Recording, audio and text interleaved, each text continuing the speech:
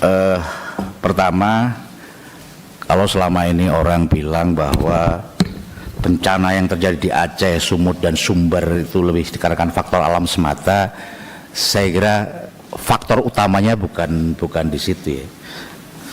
Bencana yang luar biasa terjadi itu karena daya tampung, daya dukung lahan yang luar biasa rusak. Kenapa itu rusak? Yang rusak manusia. Siapa manusia itu?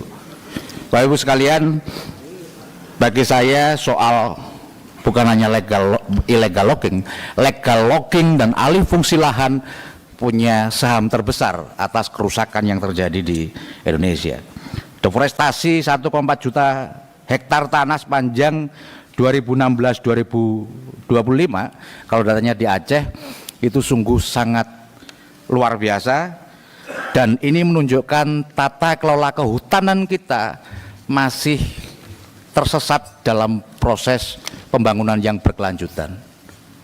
Pemanfaatan hutan tidak satu frekuensi dengan perlindungan alam.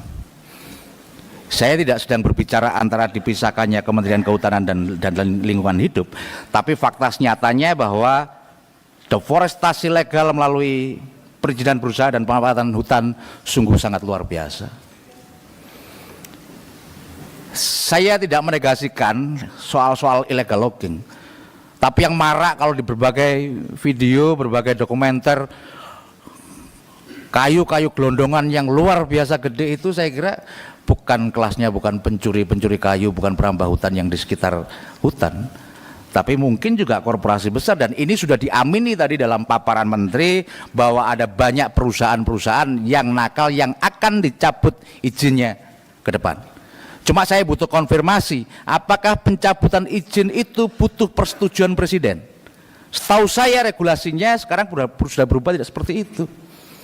Saya tidak ingin niat presiden untuk melakukan rehabilitasi hutan dan lahan, niat presiden untuk menjaga alam ini, kemudian ketika perizinan itu tidak dicabut, ini akhirnya presiden face to face dengan rakyat. Saya kira ini nanti butuh klarifikasi, jangan sampai karena yang salah adalah Kementerian Kehutanan, kemudian presiden yang kena. Berbagai contoh itu, saya kira perusahaan-perusahaan yang konsensinya memiliki rekam jejak yang tidak baik juga masih mendapatkan izin.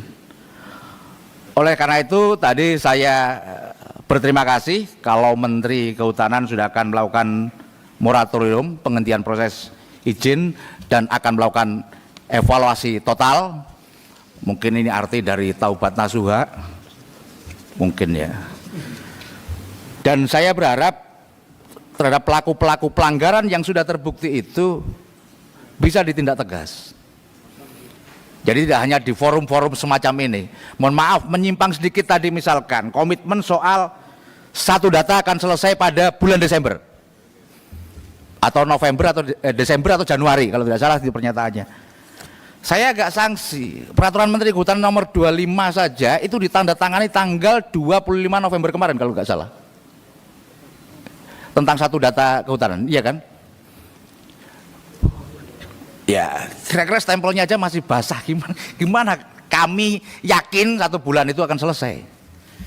Jadi maksud saya adalah dalam forum-forum semacam ini pernyataan-pernyataan tidak perlu terlalu bombastis, tapi semuanya akan konkret, semua akan kita lakukan bersama-sama.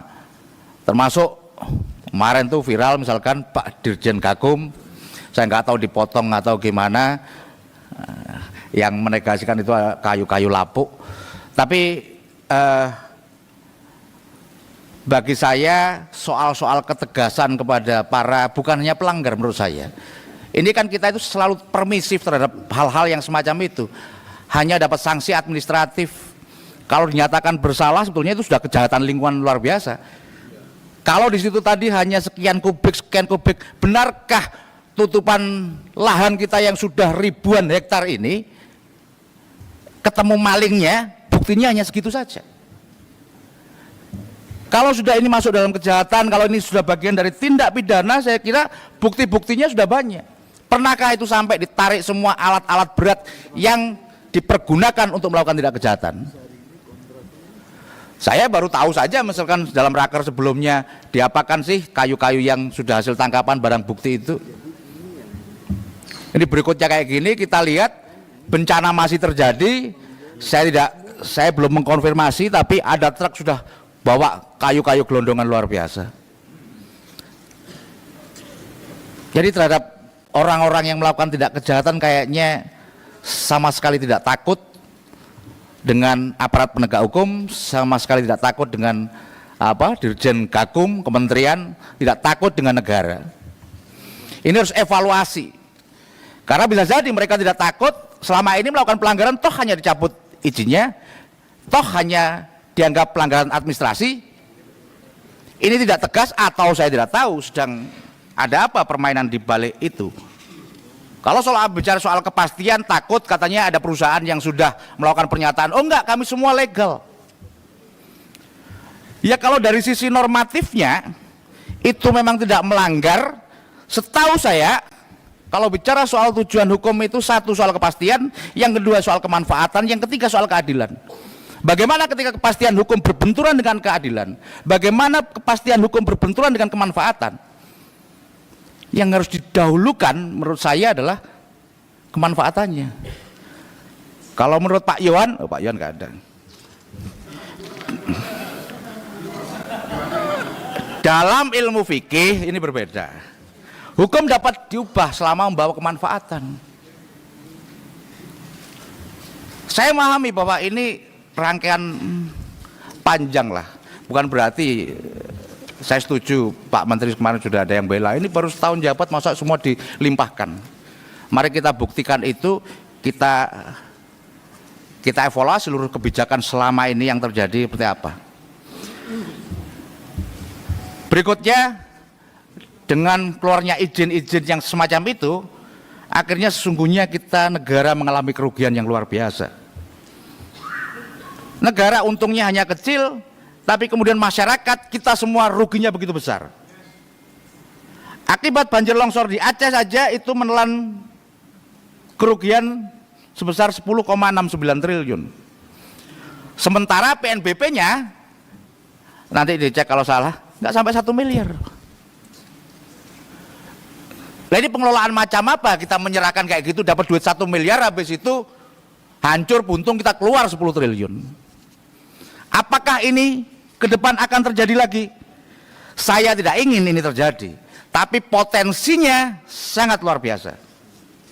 Kenapa? Karena tutupan-tutupan lahan, karena orang yang mendapatkan izin dan bisa melakukan deforestasi masih luar biasa. Oleh karena itu saya juga melakukan kritik, misalkan komitmen membenahi DAS ini, karena dari tahun ke tahun anggarannya menurun.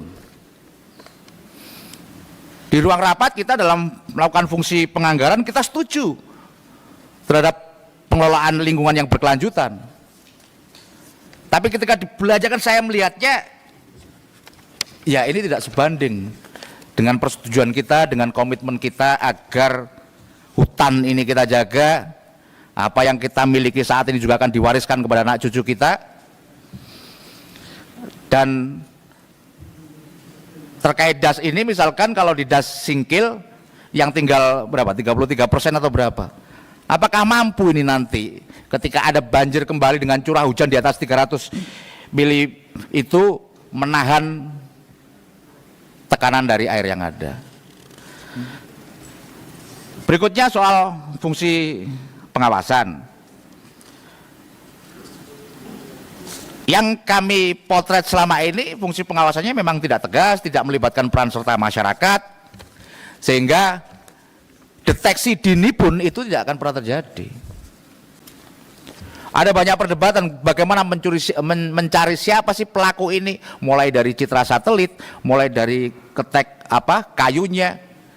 Tapi kan itu tidak simsalabim.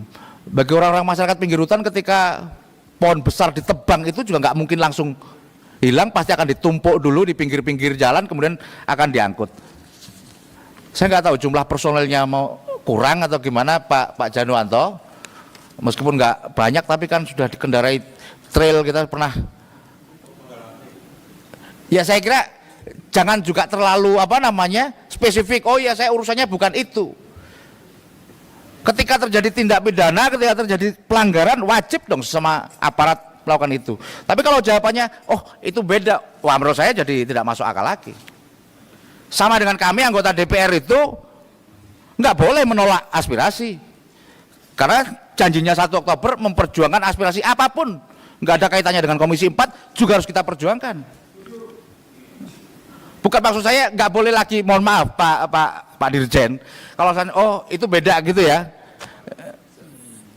Jadi janganlah ke depan alasan-alasan kayak gitu dimunculkan lagi.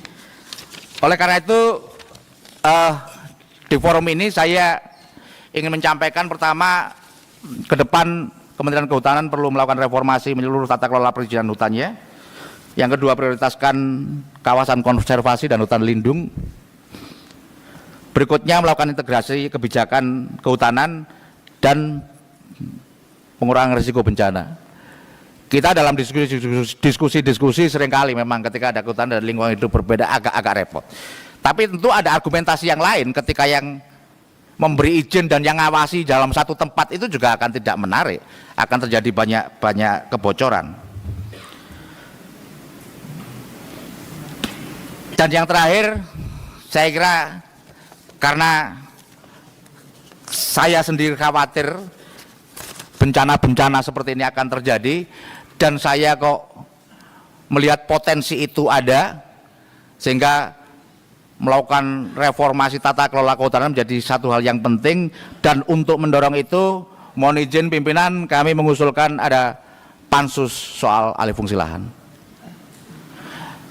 Ini kita gunakan agar semuanya terang benderang, agar semuanya tidak sekedar menjawabnya dengan taktis. Saya harap kementerian dalam pernyataan-pernyataannya bukan saja membawa atau bersifat empati, tapi juga yang harus hati-hati. Kemarin disampaikan, oh itu enggak mungkin karena pembalakan liar, yang mungkin hanya kayu lapuk, yang banyak terjadi pembalakan liar di wilayah Indonesia Timur. Tunjukkan ke kami, berarti lebih parah di Indonesia Timur. Jadi saya ingatkan terhadap sebuah kejahatan, kita tahu dan kita melakukan pembiaran, itu bisa saja nanti dianggap turut serta.